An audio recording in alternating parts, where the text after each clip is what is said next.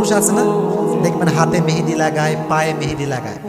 আসলে প্রিয় ভাইয়েরা, ফতোয়া হচ্ছে এইটা, পুরুষদের জন্য ন্যাচারালি হাতে এবং পায়ে মেহেদি লাগানো ঠিক নয়।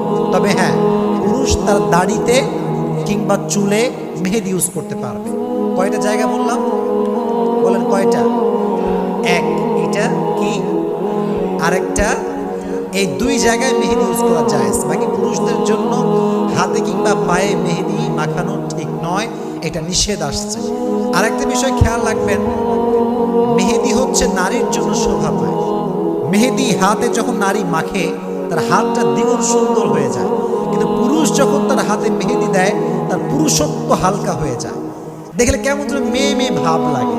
এজন্য প্রিয় ভাইয়েরা, আমি আপনাদের ক্রিটিসাইজ করছি না, মেখেছেন ভুল হয়ে গেছে, it's okay, but next time থেকে যখন মেহেদি আপনারা মাখবেন,